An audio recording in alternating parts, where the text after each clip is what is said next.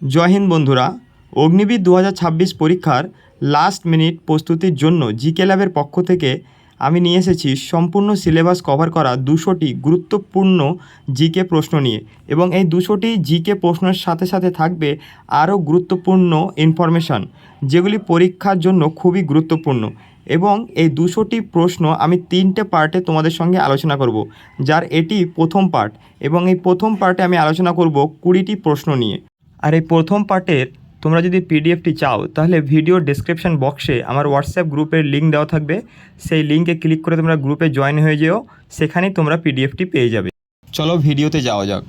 প্রথম প্রশ্ন, ভারতীয় সেনাবাহিনীর সর্বোচ্চ পদ কোনটি? Option A major general, option B lieutenant general, option C general, option D captain. তো এই প্রশ্নটির সঠিক উত্তর হয়ে যাবে অপশন সি জেনারেল। যদি বলে ভারতীয় সশস্ত্র বাহিনীর সর্বোচ্চ সেনাপতি বা সুপ্রিম কমান্ডারকে, তখন উত্তর হয়ে যাবে রাষ্ট্রপতি। যদি বলে বর্তমানে ভারতের চিফ অফ ডিফেন্স স্টাফকে, তখন উত্তর হয়ে যাবে জেনারেল অনিল চৌহান। 2 নম্বর প্রশ্ন দেখো, ভারতীয় নৌবাহিনীর জনক কাকে বলা হয়? অপশন এ সম্রাট অশোক, অপশন বি ছত্রপতি শিবাজি মহারাজ, অপশন সি মহারাণা প্রতাপ, অপশন ডি রাজেন্দ্র চোল। তো এই প্রশ্নের সঠিক উত্তরটি হয়ে যাবে অপশন বি ছত্রপতি শিবাজি মহারাজ। আরেকটা কথা মাথায় রাখবে, যদি প্রশ্নে দেয় যে ভারতীয় নৌবাহিনী দিবস কবে পালন করা হয়, তার উত্তর হয়ে যাবে 4 ডিসেম্বর। 3 নম্বর প্রশ্নটি দেখো, এনডিএ অর্থাৎ ন্যাশনাল ডিফেন্স একাডেমি কোথায় অবস্থিত? Option A Dehradun, option B Pune, option C Hyderabad, option D নতুন দিল্লি। তো এই প্রশ্নটির সঠিক উত্তর হয়ে যাবে অপশন বি পুনে খড়কওয়াসালা। এটি বিশ্বের প্রথম ত্রিপরিষেবা একাডেমি।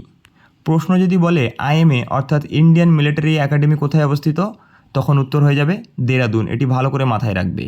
4 নম্বর প্রশ্ন দেখো, ভারতের তৈরি প্রথম পারমাণবিক সাবমেরিন কোনটি? Option A INS Vikrant, option B INS Arihant, option C INS Vikramaditya এবং অপশন ডি আইএনএস চক্র।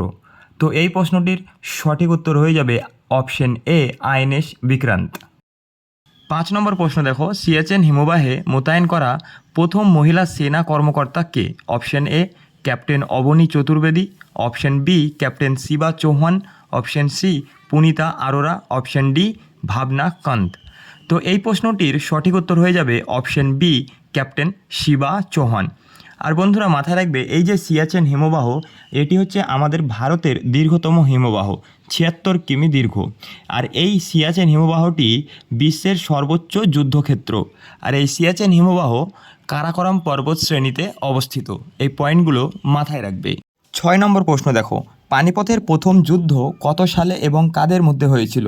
অপশন এ 1556 সালে আকবর ও হেমুর মধ্যে, অপশন বি 1761 সালে মারাঠা ও আফগানদের মধ্যে, অপশন সি 1526 সালে বাবর ও ইব্রাহিম লোদির মধ্যে, অপশন ডি 1191 সালে পৃথ্বীরাজ চৌহান ও মোহাম্মদ ঘুরির মধ্যে।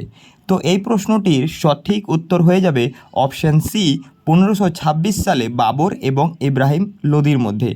আর এই যুদ্ধের মাধ্যমেই মুঘলরা ভারতে তাদের মুঘল সাম্রাজ্যের প্রতিষ্ঠা করেছিল। আর বাবর প্রথম এই যুদ্ধে কামান ও বারুদের ব্যবহার করেছিল। আর দেখো, দ্বিতীয় পানিপথে যুদ্ধ হয়েছিল কত সালে? 1556 সালে আকবর এবং হেমুর মধ্যে। আর যদি বলে তৃতীয় পানিপথের যুদ্ধ কবে হয়েছিল, তখন উত্তর হয়ে যাবে 1761 সালে মারাঠা ও আফগানদের মধ্যে। আর এই যে দেখছো 1191 সালে পৃথ্বীরাজ চৌহান ও মোহাম্মদ ঘুরির মধ্যে, এটা ছিল তরায়নের যুদ্ধ।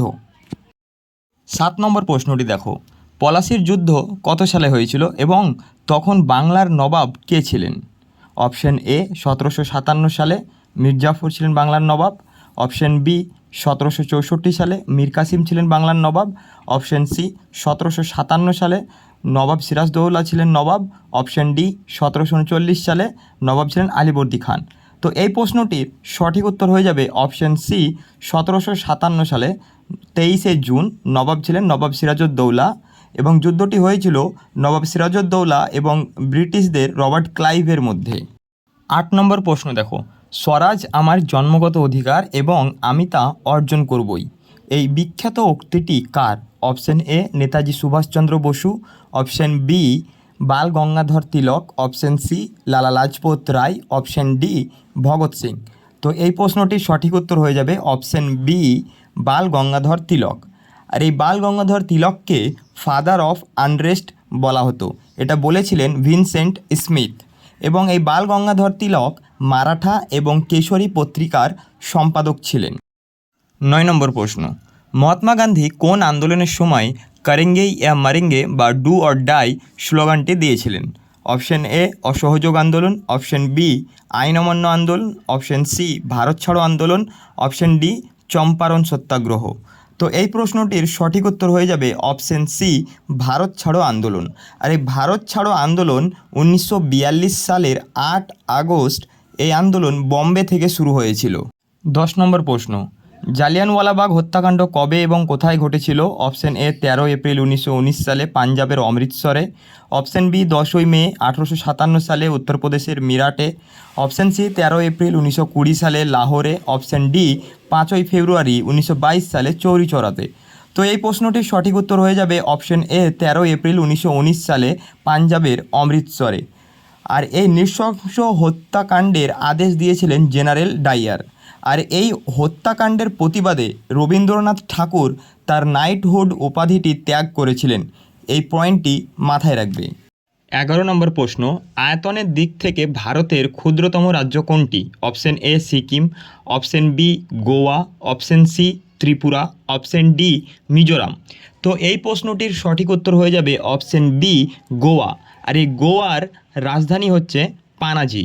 যদি বলে আয়তনের দিক দিয়ে ভারতের বৃহত্তম রাজ্য কোনটি, যার উত্তর হয়ে যাবে রাজস্থান। যদি বলে জনসংখ্যা অনুসারে ভারতের বৃহত্তম রাজ্য কোনটি, যার উত্তর হবে উত্তরপ্রদেশ। আর জনসংখ্যা অনুসারে ভারতের ক্ষুদ্রতম রাজ্য কোনটি, যার উত্তর হবে সিকিম। এই সিকিম রাজ্যটি 1975 সালে 36তম সংবিধান সংশোধনীর মাধ্যমে ভারতের অন্তর্ভুক্ত হয়। তাহলে ত্রিপুরার রাজধানী কোথায়? উত্তর হবে আগরতলা। মিজোরামের রাজধানী কোথায়? উত্তর হবে আইজল। 12 নম্বর প্রশ্ন, ভারতের কোন রাজ্যের উপকূল রেখা দীর্ঘতম?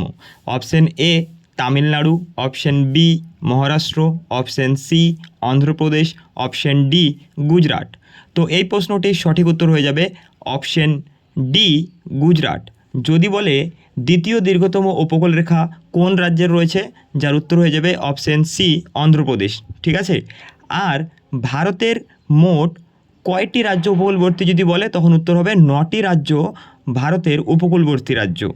13 নম্বর প্রশ্ন, কোন গ্রহকে লাল গ্রহ বলা হয়? অপশন এ শুক্র, অপশন বি মঙ্গল, অপশন সি বুধ, অপশন ডি শনি। তো এই প্রশ্নটির সঠিক উত্তর হয়ে যাবে অপশন বি মঙ্গল। এই মঙ্গল গ্রহকে লাল গ্রহ বলা হয়। আর এই মঙ্গল গ্রহের দুটি উপগ্রহ রয়েছে, একটি হচ্ছে ফোবস আর একটি হচ্ছে ডেমোস। আর এই যে শুক্র, এই শুক্র গ্রহকে শুকতারা বা সন্ধ্যা তারা বলা হয়। এই শুক্র গ্রহ হচ্ছে সৌরজগতের সবচেয়ে উজ্জ্বলতম বা উষ্ণতম গ্রহ।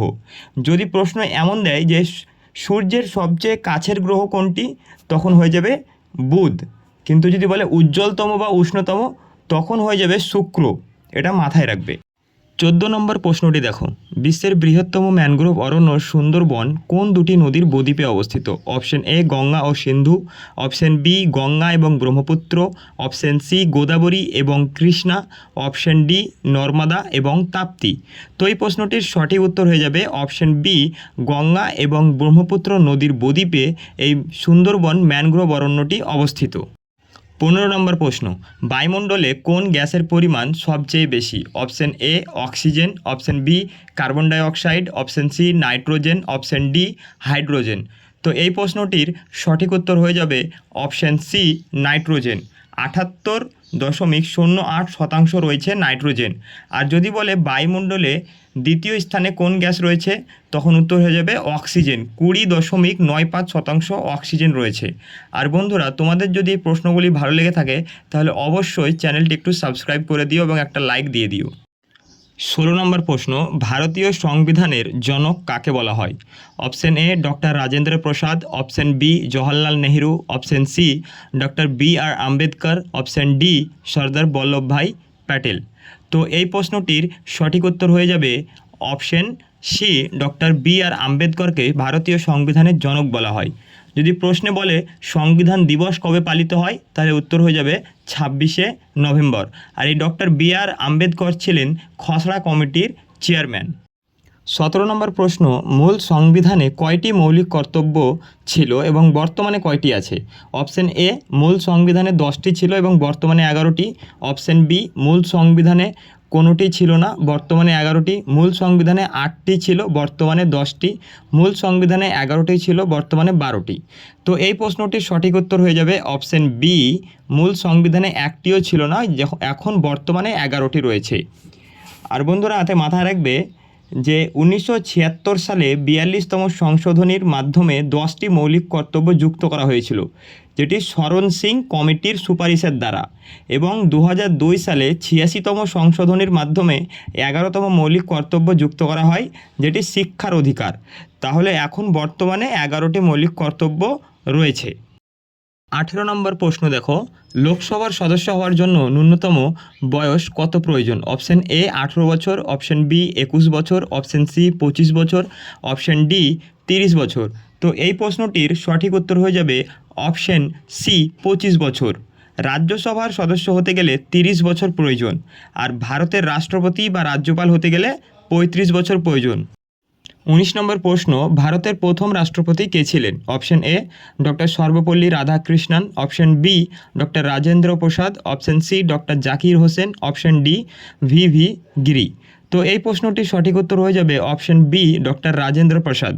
আর যদি বলে ভারতের প্রথম মহিলা রাষ্ট্রপতি কে ছিলেন, তখন উত্তর হয়ে যাবে প্রতিভা পাটিল। 20 নম্বর প্রশ্ন অর্থাৎ আজকের শেষ প্রশ্ন, সংবিধানের কোন অনুচ্ছেদকে ডক্টর আম্বেদকর সংবিধানের হৃদয় ও আত্মা বলেছেন? অপশন এ অনুচ্ছেদ 14, অপশন বি অনুচ্ছেদ 19, অপশন সি অনুচ্ছেদ 21, অপশন ডি অনুচ্ছেদ 32। তো এই প্রশ্নটির সঠিক উত্তর হয়ে যাবে অপশন ডি অনুচ্ছেদ 32। আর এই অনুচ্ছেদ 32-এর অধীনেই সুপ্রিম কোর্ট নাগরিকদের জন্য মৌলিক অধিকার রক্ষায় 5টি রিট জারি করতে পারে।